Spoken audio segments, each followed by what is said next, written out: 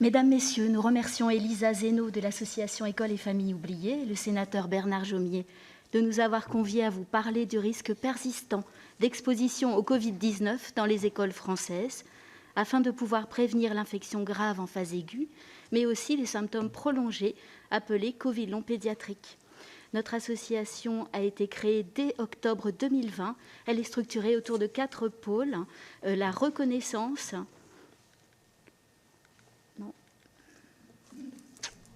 comme ceci, donc la reconnaissance, la recherche participative, le parcours de soins et la communication d'informations scientifiques vérifiées auprès de ses membres et du grand public. Nous construisons de nombreux projets de recherche participative au niveau régional avec les ARS, national au sein de la NRS maladies infectieuses émergentes et européen avec le réseau d'experts lancé par la Commission européenne et l'OCDE.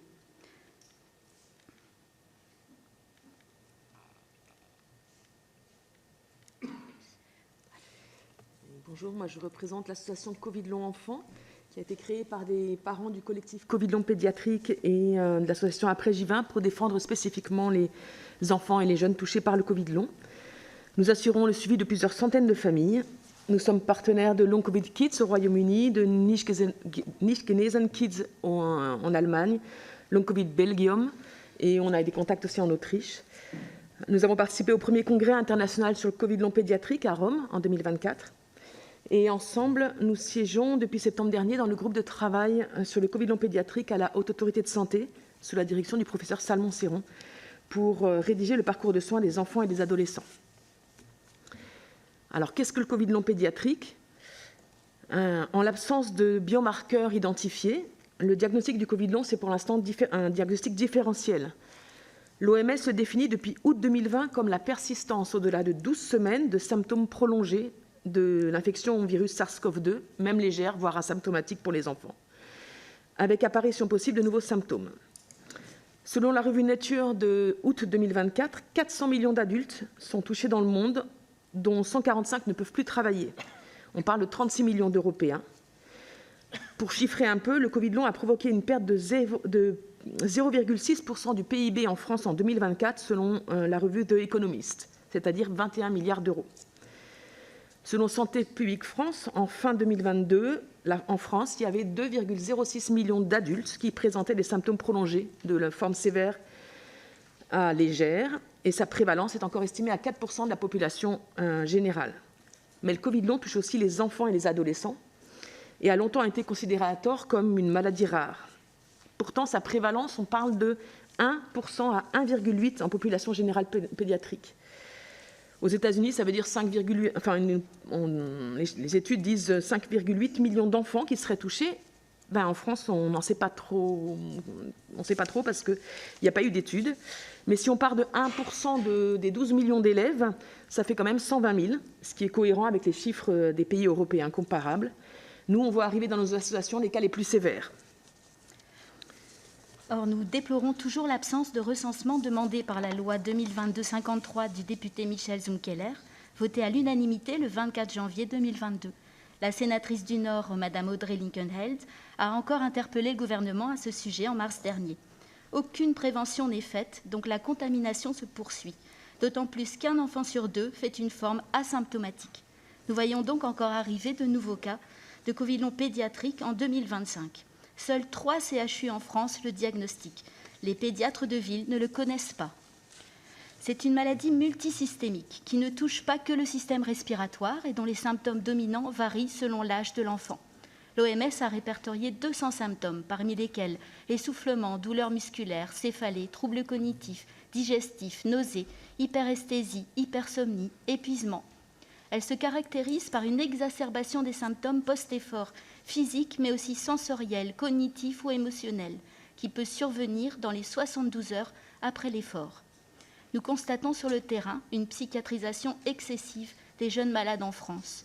Or, il s'agit bien d'une maladie organique, neurologique d'origine virale, un syndrome post-infectieux entretenu par la persistance virale et l'inflammation. Il n'existe pas de traitement du Covid long, seulement des traitements symptomatiques et très peu d'essais thérapeutiques concernent les enfants, aucun en France, et il n'y a pas encore de phénotypage. Alors, quels sont les impacts sur les études, la scolarité? Avec les familles touchées qui nous contactent, on constate à court et moyen terme une baisse de l'assiduité scolaire par épuisement, une hausse des absences longues, et ce n'est pas de l'absentéisme, une baisse des performances scolaires et universitaires. Dans les cas sévères, un décrochage scolaire, un arrêt des études, un isolement et même des tentatives de suicide, car 5 ans de maladie inconnue, c'est très long. Nous constatons de nombreux signalements abusifs de la part de l'Éducation nationale ou de certains médecins, faute de formation des professionnels. Les adolescents et les jeunes sont les plus touchés. Et nous posons la question de l'avenir pour ces jeunes radiés de leurs études qui n'ont pas de statut social et qui sont sans ressources. Les effets sont inconnus à long terme sur le neurodéveloppement de l'enfant, les reins, le cœur et évidemment le futur marché du travail, car c'est un enjeu important de santé publique, mais aussi socio-économique à long terme, comme on a pu le dire.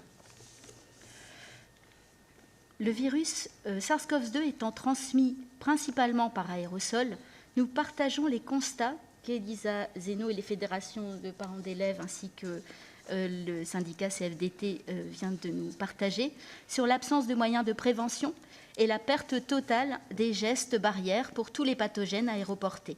Nous ajoutons 2 constats spécifiques au Covid-19. L'infection au Covid-19 n'est pas une maladie à éviction dans les écoles françaises, alors qu'elle est contagieuse et soumise à déclaration obligatoire, ce qui est très curieux. Nous notons aussi une stigmatisation du port du masque qui nous est rapportée par les familles et l'absence d'éducation solidaire, le déni institutionnel de cette nouvelle maladie. Donc voici quels seraient nos messages de prévention. Le Covid long peut toucher à tout âge, même jeune. La meilleure façon de se protéger, c'est de ne pas l'attraper. Le virus Covid-19 n'est pas saisonnier, donc n'est pas seulement hivernal. Attention aussi à l'été. Le nombre de réinfections double le risque de développer un Covid long pour les élèves comme pour le personnel éducatif. Enfin, le virus Covid-19 fragilise pour d'autres pathologies virales dans l'année qui suit, d'où le constat d'infection cyclique de septembre à juin.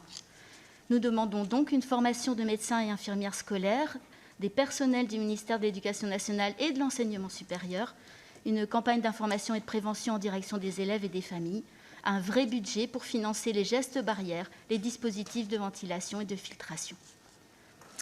En conclusion, pour prévenir le Covid long pédiatrique comme les autres maladies chroniques, c'est l'intérêt de toute la société et pas simplement des personnes fragiles. Nous réclamons avec vous tous un plan R pour tous. Nous vous remercions.